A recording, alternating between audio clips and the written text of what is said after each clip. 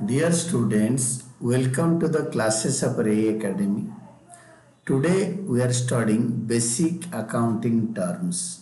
इस चैप्टर में हम सारे अकाउंटिंग टर्म्स के बारे में पढ़ेंगे। मतलब अकाउंट्स में जो ये टर्मिनोलॉजी को क्या बोलते हैं। तो in the business various accounting terms are used. जो अकाउंटिंग टर्म यूज करते हैं, डेटर्स, क्रेडिटर्स, ये सब क्या होता है। It is necessary to understand these terms as they are part of the understanding accounting standard accounting terminology. ये जो टर्म है ये स्टैंडर्ड अकाउंटिंग टर्मिनोलॉजी के अंदर आता है। तो फर्स्ट होता है entity, an economic unit which may be business entity और enterprise। ये कि बिजनेस एंटिटी होता है जिसमें हम बिजनेस करते हैं, और बिजनेस एंटरप्राइज और नॉन बिजनेस एंटरप्राइज और non business entity, non business enterprise, non business entity. तो an entity means an economic unit. ये एक इकोनॉमिक यूनिट है व्हिच परफॉर्म्स इकोनॉमिक एक्टिविटीज, जो कि sale, purchase, cash receipt, payment, income, expenditure ये सब करता है।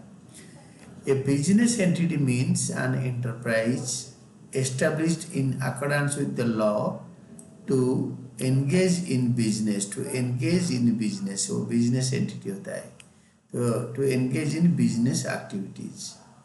इसका एग्जाम्पल क्या है ना, जो लॉ के हिसाब से उसने रजिस्टर कर रखा है कि हम बिजनेस करेंगे, बिजनेस एक्टिविटी में एंगेज होंगे, सेल, परचेज, मैन्युफैक्चरिंग, इस टाइप का।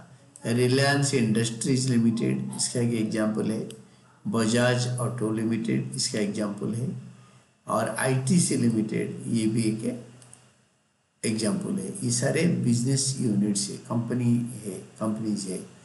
तो ये होता है एंटिटी में, ये बिजनेस एंटिटी, तो this is business entity.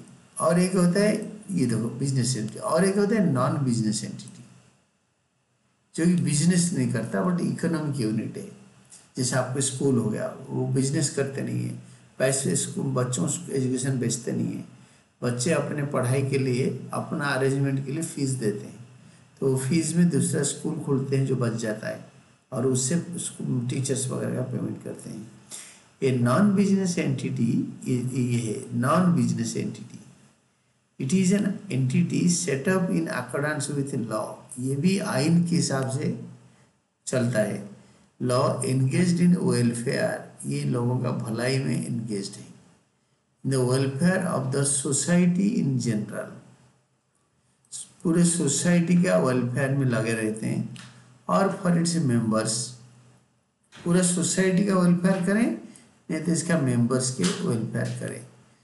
Promotion of sports, जैसे स्पोर्ट्स क्लब होता है, स्पोर्ट्स एसोसिएशन होता है, ये अपना भलाई में लगे रहते हैं। Such entities are not for profit organisations.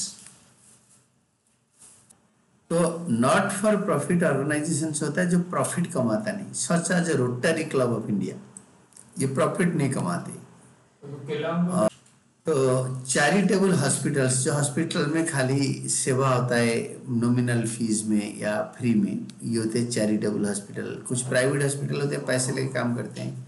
Sports associations, football associations, cricket associations, वो सारे स्पोर्ट्स एसोसिएशंस, ये होता है एंटिटी। एंटिटी मतलब business and non business organisations और एंटिटीज। इसका नाम उन्होंने बताया। तो जो बिजनेस एंटिटी होता है, रिलायंस इंडस्ट्रीज है, बजाज ऑटो है, आईटीसी लिमिटेड है।